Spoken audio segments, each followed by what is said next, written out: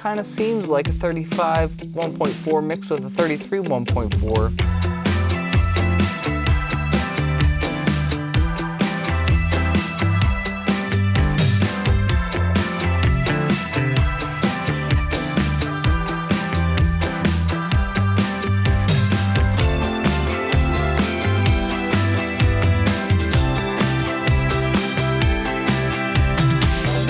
Hey, what's going on guys? It's Matt back with another video. Today I'm reviewing the TTArtisan 35mm f1.8 AF, which I'm using right now to film this video, and I'm using the autofocus. You can see it actually works really well with the autofocus on my Fujifilm X-H2S, and the only thing that I would say this isn't great for in terms of video is the fact that there's a little bit of focus breathing, but we'll talk about that a little bit later. This is TTArtisan's second attempt at an autofocus lens. They have released it for Fujifilm X mount and of course all of the other mounts. TTArtisan generously sent me this lens for the purpose of this review for free, so I should just let you know that, but I'm going to tell you my honest thoughts. They didn't have any expectations attached with sending the lens for free. The reason they sent it to me is because they saw my review of their Pancake 27mm 2.8 when that came out for Fujifilm X mount. That was a really nice little lens, especially for the price, and I'm interested to see how this one will perform as well. As you can see, the autofocus is actually pretty good for video, and I think it's a little bit less focus breathing than the 27 2.8. But anyway, let's get on to the physical aspects and the build of the lens, then we'll talk about the image quality and the autofocus at the end. First of all, it's very, very lightweight. It's made of aluminum alloy, I would venture to say. It feels like metal. Like it has the cold touch of metal, but it's not much heavier than a plastic lens. As we can see, it's a very simple construction. No aperture ring is the first glaring thing. As a Fuji user, that really sucks to not have the aperture ring. We have a TTArtisan front lens cap here. And at the front there's a couple things. TTArtisan 35 1.8, and I think it even has the minimum focus distance here, which, as we'll talk about later, really, really sucks. It has a pretty abysmal minimum focus distance of almost 2 feet. So that's not great. Nothing going on here except for the focus ring, which doesn't have a ton of resistance, but it's focused by wire on a third-party lens. I probably wouldn't use manual focus very much on this, if at all. On the back here, we have TTArtisan. This is their special kind of rear lens cap with the USB-C that we first saw on the Pancake 27 2.8. So you can update the firmwares on the lens if there's any autofocus updates. We can see that there's electric contacts on the back here for updating your firmware and speaking to the camera for EXIF data and autofocus and stuff like that. And then just made in China, you know, the standard stuff on the back there. The other nice thing is that they included this square lens hood here. So you can see they're after Fujifilm shooters' hearts with, you know, making it kind of look like the XF 35 1.4. But, you know, if they were really after the Fujifilm shooters' hearts, they would put an aperture ring there. So that's a big knock. I can't really let that one go especially because as a Fujifilm X-H2S shooter, I mapped my front command dial to ISO instead of aperture because that's how I used to have it on my X-T3. Because the command dials aren't clickable anymore, the only way for me to use this lens and be able to operate the aperture would be to completely change the configuration of how I have my X-H2S set up. So I can only really use it on my X-T3 because of the clickable command dial. So that just really sucks. How could they have an aperture ring on the Pancake 27 2.8 but not this one? I can only imagine for budgetary reasons and they were trying to get the cost down. But yeah, the square lens hood is nice. It's pretty stylish and it does a pretty decent job of keeping light out of the lens if it's not right outside of the frame. And the only thing that sucks is that there's no way to, it didn't come with a cover for the front of the square lens hood, so there's no way to cover the lens. You can't, obviously you can't put that on there. So you have to take this off every time, and you can't travel with them together. You have to have them loose separately because this won't go on over that. It's not designed to do that. So that was a bit of an oversight. It's a very, very simple lens. And let's get on to the image quality, which is probably more important to you. In terms of the optics of this lens and the actual image quality, it's okay. It doesn't blow me away. It's not exceptionally really good. It's not really, really bad. It's basically kind of what I expect for the price, maybe a little bit better actually considering the price and the fact that it's autofocus, internal focusing, and it comes with, you know, the accessories it comes with and the firmware updates and the rear lens cap and all that different stuff. For the price point, it's a good value, but I guess the thing is that I keep wanting to associate it with the 35 1.4 from Fuji and the 33 1.4, and it's trying to obviously mimic those with the square lens hood and just the body style of the lens itself. But the thing about this lens though is it neither has the retro characteristic of the 35 1.4. It doesn't really have a lot of character to the image, and it's not also exceptionally good, and you wouldn't expect it to be exceptionally good like the 33 1.4 because of the price. So it's kind of this weird middle ground where it doesn't really have a lot of character, but it's not like a really clinical lens either. It's like acceptably sharp. It's pretty good even at 1.8. It's just not mind-blowing. And the thing is that the autofocus is pretty accurate, but it's not always accurate. It also has pretty low contrast and saturation right out of the lens, even stop down. The colors are a little muted. It's not very contrasty. Obviously you can add that in post, but it just doesn't have exceptional micro contrast or anything. It's just not an exceptional performer. It's not a bad performer in any way, but you're just gonna have to do a little bit of editing, and a lot of that editing is honestly just adding a little bit of contrast and a little bit of saturation, and your photos look really good. My biggest gripe with the lens would probably have to be the really poor minimum focus distance. It just doesn't focus close at all. It's like 2 feet or something like that. TTArtisan went for the 27 2.8 and this 35 1.8. They're both like general walk-around lenses, and it's a really good start if you're gonna pick a first lens to develop with autofocus as a company.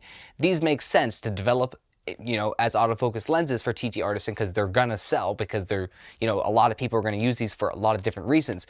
But a lot of people are gonna be disappointed with the fact that you can't focus close like at all. If you're gonna use this for general purpose, it's just a creative thing that you can't do. It's just not in your creative arsenal to be able to take an up-close picture of something. It's not really a deal breaker, but it's a really disappointing thing about the lens, is that it just doesn't focus close at all. And I think that has to do with the fact that they made it internally focusing. I think if the lens actually was able to, you know, protrude out like the old Fuji 35 1.4, I think that would actually allow it to focus a little bit closer, but as it stands, because they wanted to make it internally focusing, maybe for weather sealing, even though I don't think the lens is actually weather sealed, it just can't focus very close. It's a pretty disappointing limitation, I'd say. On the plus side, it has really low, if almost no chromatic aberration, so that's not going to be a problem in your images, even at 1.8. The sharpness is just as good as 1.8, pretty much as it stopped down. I don't notice exceptional softness in the image corners. I'm not really doing any brick wall tests. That's just not the kind of photographer I am.